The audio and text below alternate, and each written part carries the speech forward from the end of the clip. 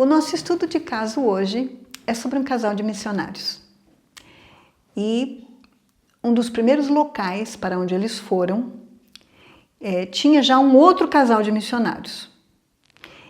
E esse primeiro casal que ali estava tinha uma criança de uns 4 anos, 4 ou 5 anos. E o que mais perturbava a todos ali, nos primeiros dias de convivência, nos dias em que eles ainda estavam se acostumando uns com os outros, para ver se conseguiriam trabalhar, essa criança chorava desesperadamente todas as vezes que a Bíblia era aberta. Todas as vezes que se cantava um hino e que se começava um culto de adoração a Deus. Quer seja de manhã ou quer seja à tarde, ou qualquer outra hora do dia, mas principalmente de manhã e à tarde. Tinha mais uma particularidade. Todas as vezes que o casal recém-chegado, um deles acordava para orar de madrugada, o casal em cima também acordava, mas não era para orar. Ou era para discutir, ou era para ficar andando e fazendo barulho, e assim todos os animais do lugar começavam a emitir sons. Tanto galinhas, quanto galos, quanto cachorro, quanto sei lá mais o que. Era um barulho assim, incomum, todos ao mesmo tempo. Era assustador. Sempre na hora da oração, da madrugada. Uma outra coisa que essa missionária começou a perceber é que ela estava sendo vigiada. Onde ela ia, o missionário que já morava lá sabia. Tudo que ela estava fazendo, só faltava falar o que ela estava pensando. Até que em um determinado dia, houve ali um mal-estar, um mal-entendido entre eles, e essa pessoa, esse missionário que já estava lá há algum tempo nessa base, se enfureceu demais contra o casal, contra a missionária, e avançou contra ela. Atentou contra a vida dela. Ele teve que ser detido, ele teve que ser contido. E ele não desistiu, ele continuou lutando, de forma que a pobre da mulher teve que se trancar dentro do banheiro. E ficou ali um bom tempo. Foi até meia-noite aquela contenção, orando, cantando Castelo Forte, tentando trazer aquele homem à razão. E foi uma situação muito complicada, porque lá na selva amazônica, ou você vai de barco ou você vai de avião. E como é que você sai numa situação dessa, quando o casal que está em posse do barco é aquele que está atormentando a sua pessoa, e você não tem como sair. Essa mulher passou por momentos muito difíceis ali. E começou a perguntar para Deus: eu não quero ir embora daqui sem saber o motivo. Quais foram as portas de abertura para que esse casal que se diz cristão, que está aqui num projeto de Deus, num projeto cristão, está nessa situação? É notório que a filha deles está sendo atormentada por espíritos malignos, porque o pai está. E então, num determinado momento, houve a oportunidade de ver a proteção de tela do notebook dessa mãe, dessa menina que chorava, da missionária que já morava lá. E ali tinha, então, miçanguinhas, pulseiras, anéis, outros amuletos, outras coisas com umas cores bem fortes. E a missionária perguntou para a menina: o que é isso? Ela disse: é da minha mamãe. Ela quer vender isso aí. Então ela está mostrando para as amigas dela para ver se ela vende. Então as respostas daquela mulher começaram a chegar. Temos alguns objetos familiares do inimigo aqui. Ela tinha vindo do candomblé. Do candomblé ela tinha ido para uma outra igreja evangélica, e da igreja evangélica ela veio para o adventismo, de onde ela foi recrutada para essa missão. Mas ela nunca jogou fora a sua herança do candomblé, que eram aquelas coisas ali. Depois também a missionária percebeu no varal algumas peças, tipo uma manta ou um lenço, uma roupa grande, tipo um lençol, que tinha um símbolo estranho. E aí também o Espírito Santo mostrou: isso aí é outra outra herança espiritual, outro objeto familiar do inimigo. Isso aí foi dedicado ao maligno, que eles também não queriam jogar fora. As coisas foram, então, se encaixando e as respostas chegaram. Ficou mais simples entender o porquê daquela forma de agir deles, inclusive o porquê de tanto choro daquela criança.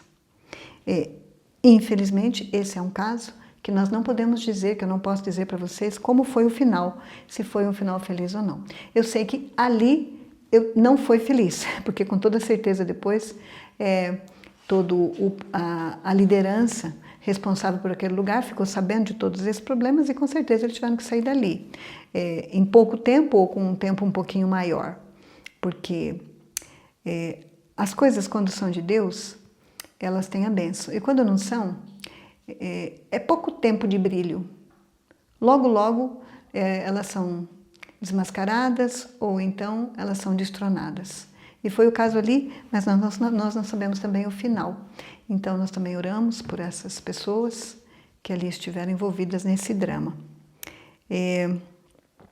Falando também de lugares de missões. Existem lugares... vamos começar de novo. Vamos pensar aqui, um casal, um rapaz e uma moça. Eu já ouvi de vários rapazes bastante espertos, né? Bastante cristãos, ligados a Deus. A gente pergunta qual é o tipo de esposa que você vem pedindo a Deus. Aí eles falam aquela relação e tal. E um dos pontos na relação que eles enumeraram é conhecer de onde que ela veio, quem são os pais dela. E ela precisa conhecer o meu passado, porque isso tudo traz heranças. E a gente tem que estar disposto a saber se a gente vai aguentar com isso ou não, né? Até que ponto elas ainda estão muito vivas e até que ponto eu vou ter que suportar coisas que mesmo que a pessoa tenha renunciado, faz parte do padrão de repetição da vida dela. E eu vou ver será que eu vou aguentar isso? E eu achei aquilo interessante. Pois é, vamos falar de herança espiritual de lugares.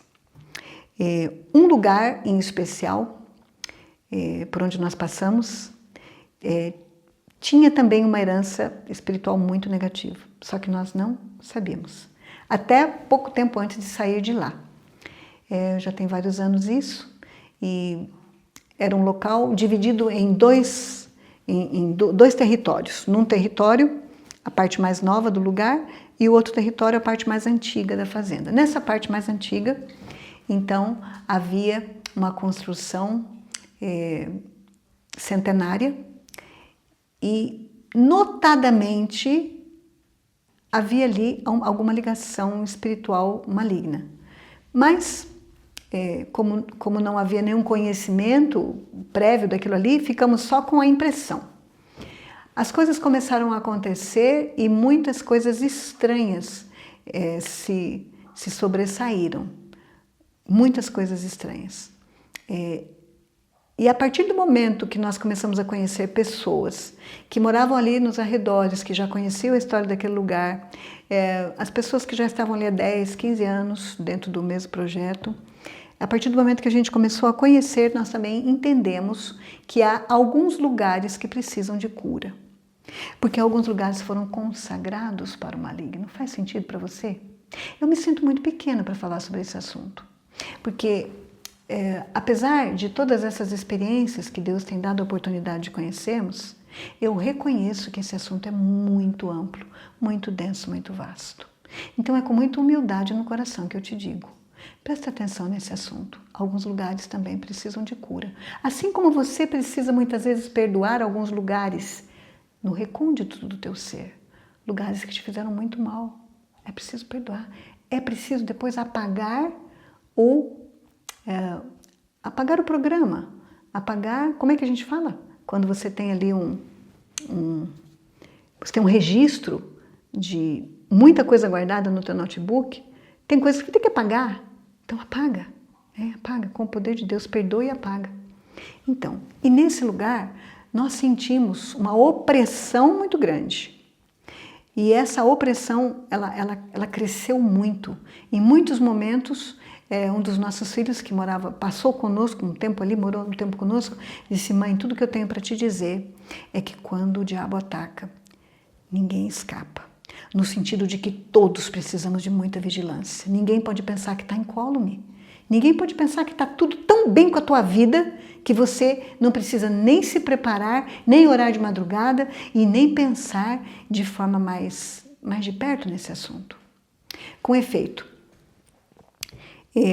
um dos rapazes estava fazendo uma cabana e esse era um dos rapazes que as meninas daquele lugar gostariam de ter como namorado ou como ficante. Como ele não ficava com todas, logo ele tinha algumas inimigas. E uma das suas inimigas veio de uma herança de pai de santo, ela e mais 3 irmãos. E num determinado dia, ele estava ali com a motosserra construindo alguma coisa de madeira, serrando, e essa moça chegou e não falou nada, só ficou ali perto olhando. E os 3 irmãos também chegaram e ficaram só ali perto olhando. E nisso, a mãe desse rapaz resolveu ir lá levar uma água, ver como é que estava e tudo bem. E quando ela ia chegando, esses 4 bateram em retirada, desesperados, como se tivessem visto alguma coisa muito terrível. E aí, nesse mesmo momento, ela percebeu que o rapaz tinha cortado a sua perna, a sua coxa, com a motosserra. Fez um corte grande, tiveram que ir para o pronto-socorro, dar uns pontos ali, e ficou muito claro tudo que estava envolvido ali. Aí você pode perguntar, mas por que Deus permitiu? Olha, o porquê eu não sei, agora o para quê eu sei. Aquele rapaz ficou muito mais esperto e aquela mãe também ficou muito mais esperta nesses assuntos. Se você ainda tem dúvidas a respeito de forças malignas espirituais que atuam na mente humana em alguns locais, continue conosco com os nossos estudos de casos, que nós temos muita coisa para contar para você. Que nós temos vários outros exemplos de situações das quais nós podemos tirar muitas lições para a nossa vida. E muita resposta pode vir, muita pergunta pode ser respondida com esses estudos de casos aqui. Há alguns locais que precisam muito de orações de pessoas, de servos de Deus, do Deus Altíssimo, que não abrem mão da verdade e que têm coragem suficiente para ir lá fazer as orações de libertação, por mais estranho que isso pareça, e tirar tudo o que é de objeto familiar do inimigo dali. Faz sentido para você? Alguns locais precisam dessa limpeza. Eu sou a professora Dilza. Eu estou aqui porque um dia eu conversei com meu Deus e perguntei para Ele quando e como se é que o Senhor vai me permitir partilhar esse tipo de assunto, quando e como. Se o Senhor quiser, de alguma forma, eis-me aqui e envia-me a mim. Então, o Senhor Deus foi preparando o caminho, o Senhor Deus foi mandando pessoas, foi dando maturidade para a gente, foi dando autoridade para a gente poder falar, sem que caia nem na classificação de mitos ou superstição, né? E foi nos dando também o privilégio de encontrar pessoas que não só precisem desse assunto, mas que também estão sendo libertas. A respeito ainda dos locais. Nesse mesmo local onde estávamos, um segundo projeto missionário veio ali e trouxe os seus alunos, seus professores, para um estágio prático. E uma das alunas, acredito eu que nos mesmos quartos que eu conheci, teve um dos quartos que eu ouvia nitidamente a voz. Quando eu entrava, era uma pressão tão forte que eu ouvia: o que você está fazendo aqui? Esse quarto aqui é meu, isso aqui é jurisdição minha. Com efeito, meus queridos, eu andei quarto por quarto para abençoar as pessoas que moravam ali, que estavam sob a minha responsabilidade, e para poder fazer a limpeza que eu sabia que tinha que ser feita ali, não só física quanto moral e espiritual também. E num desses quartos, depois que nós saímos, uma das missionárias foi terrivelmente confrontada, afrontada e atacada por forças espirituais malignas. Tanto que ela se sentiu sufocada, como se fosse realmente perder o ar e fosse morrer. Ela teve que sair daquele quarto. E a equipe toda que estava ali com um projeto para ficar X tempo, tiveram que sair em menos que X tempo, porque ficou claro para eles que a opressão espiritual estava muito grande. Eles não conheciam essa história que eu e meu marido conhecemos quando passamos por lá. E nós não tivemos contato e nem condições de passar isso para eles. Mas o que eu quero que fique aqui nesse estudo de caso, bem marcado para vocês, é que existem alguns lugares, sim, que precisam de pessoas de Deus para fazer a limpeza e a libertação. E às vezes, não só uma vez, porque vários recônditos daquela fazenda, daquele sítio, daquele lugar, ainda escondem coisas do maligno. Isso é terrível, não é? Mas com Deus tudo é possível. Com Deus tudo é possível. E nós oramos hoje de forma diferente sobre cada lugar para onde nós vamos. Até uma pessoa conhecida nossa que trabalha junto conosco aqui diz: cada vez que eu entro num hotel, numa pensão, vou dormir numa cama que não é minha, eu peço a purificação, a proteção e a bênção de Deus para mim e para minha família naquele quarto, naquele lugar. Sabem, atualmente eu e meu esposo estávamos com a incumbência de reformar um casarão, se não me engano, no oeste do Paraná ou no noroeste do Paraná, uma casa muito antiga de madeira. E eu estranhava que todas as pessoas que vinham dos vizinhos para nos conhecer, para conversar conosco ali, os novos vizinhos, apesar de que a gente não vai morar lá, eles sabiam disso, mas a gente estava ali para reformar a casa e ver o que tinha que ser feito ali. Eles perguntavam: como é que vocês dormem nessa casa?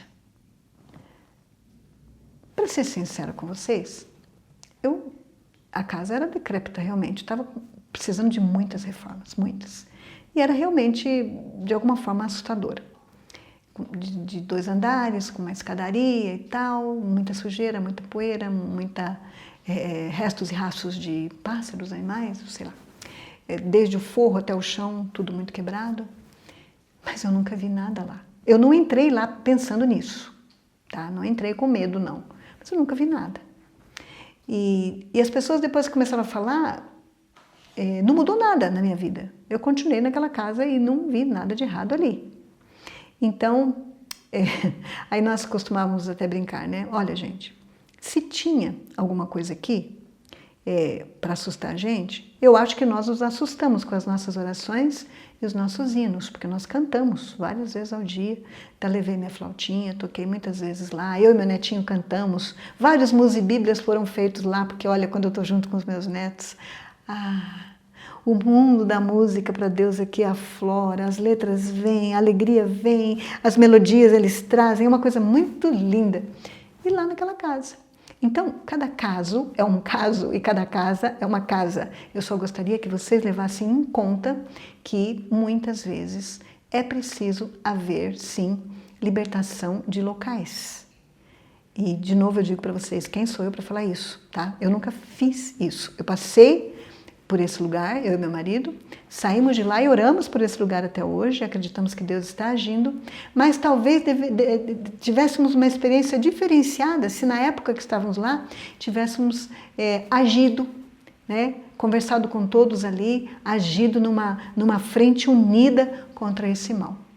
Mas enfim, eu desejo e oro que você esteja atento a cada detalhe desse assunto, e que Deus esteja dando para você muitos insights, muitas respostas boas, para que nenhum desses casos fiquem perdidos sem uma resposta e sem um direcionamento do seu Deus.